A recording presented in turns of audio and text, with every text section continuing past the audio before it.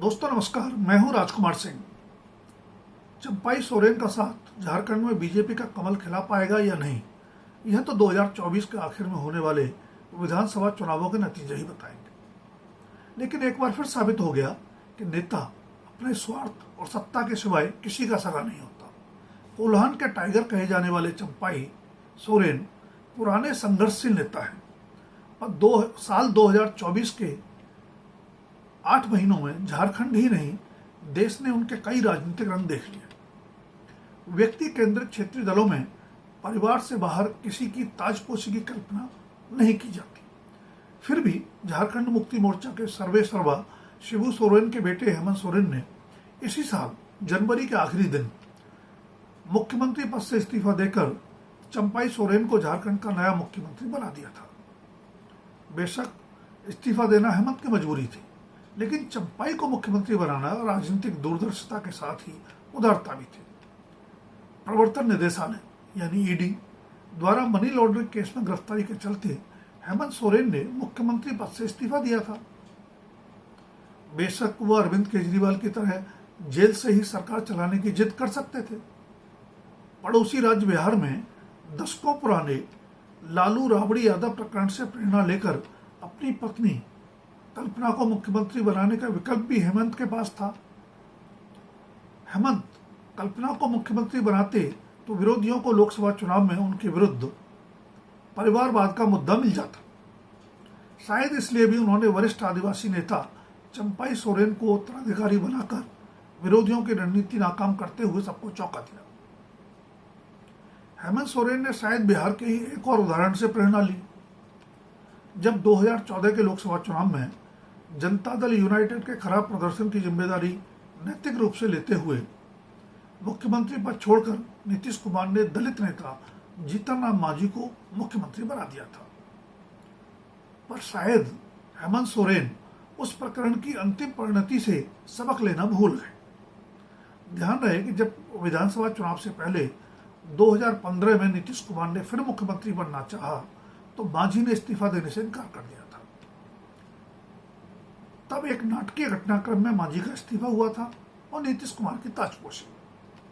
तब मांझी भी उसे दलित का अपमान बताते हुए अपना अलग हिंदुस्तानी अवाम मोर्चा बनाकर उस बीजेपी के साथ चले गए थे, जिस बीजेपी से नरेंद्र मोदी को प्रधानमंत्री पद का उम्मीदवार घोषित करने पर नीतीश ने 17 साल पुराना संबंध तोड़ लिया था। यह सत्ता राजनीति की फितरत ही है कि अलग अलग दल होने के बावजूद नीतीश और मांझी दोनों ही बीजेपी के नेतृत्व वाले एनडीए की नाव में सवार हैं।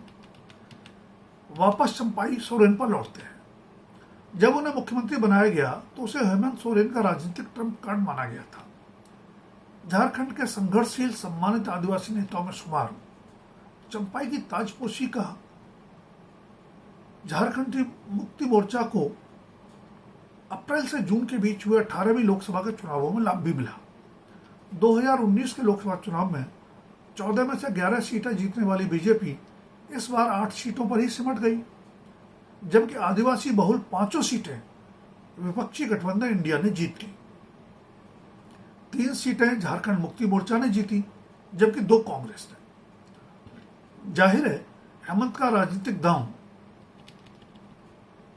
चुनावी विषाद पर भी ट्रम्प कार्ड साबित हो रहा था, लेकिन हाई कोर्ट से जमानत मिलते ही उन्होंने वापस मुख्यमंत्री बनने की जो जल्दबाजी दिखाई, उससे इसी साल के आखिर में होने वाले विधानसभा चुनावों में बाजी पलट भी सकती है। 31 जनवरी को अप्रत्याशित रूप से मुख्यमंत्री बनाए गए चंपाई की सत्ता से विदाई भी 3 जुलाई को अचानक ही हुई। चंपाई सोरेन की माने तो 3 जुलाई को हुई झारखंड मुक्ति मोर्चा और सहयोगी दलों के विधायक दल की बैठक में उन्हें अचानक इस्तीफा देने को कहा गया ताकि हेमंत सोरेन फिर से मुख्यमंत्री बन सकें। लोकसभा चुनाव में भाजपा का दामन थामने वाली हेमंत की सगी भाभी सीता सोरेन का जो हश्र हुआ, शायद उसे देखते हुए चंपाई ने बिना नानुकुर ही इस्तीफा दे दिया।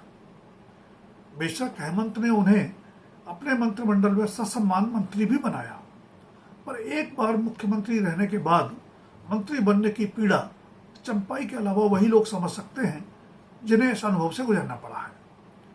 बेशक ऐसे उदाहरण और भी हैं, लेकिन कोल्हान के टाइगर चंपाई की ओर जब ऑपरेशन लोटस के लिए बदनाम बीजेपी ने दोस्ती का कमल बढ़ाया, तो उन्होंने झारखंड मुक्ति मोर्चा को एक कमजोर करने का मन बना लिया, जिसे बनाने में उनका भी कम योगदान नहीं रहा। खासकर महाराष्ट्र के राजनीतिक प्रयोग से चुनावी निराशा और बढ़ती मुश्किलों के मद्देनजर बीजेपी भी दुविधा में थी कि चंपाई को सीधे सीधे कमल थमा दे या फिर उनसे नया दल बनवाकर दोस्ती करे। हाल ही में चंपाई नया दल बनाने का संकेत भी दे चुके थे, पर शायद विधानसभा चुनाव में बचे बहुत कम समय के मद्देनजर अंततः फैसला भाजपा में शामिल होने का ही हुआ और 28 अगस्त को झारखंड मुक्ति मोर्चा छोड़ने वाले चंपाई 30 अगस्त की शाम रांची में अपने समर्थकों समेत भाजपाई हो गए। आम आदमी को 58 या 60 साल का होते ही सरकारी या गैर सरकारी नौकरी से बाहर का रास्ता दिखा दिया जाता है, पर हमारे राजनेताओं की बात निराली है। पता नहीं उनमें कौन सी अबूझ ऊर्जा होती है कि वे 70 पारवी सत्ता के दंगल में ताल ठोकते नजर आते हैं। खुद चंपाई सोरेन 67 साल के हैं, पर बीजेपी का कमल थामकर सत्ता राजनीति के मैदान में नई पारी खेलने का दम भर रहे हैं। ऐसा नहीं कि बीजेपी में आदिवासी नेताओं की कमी है।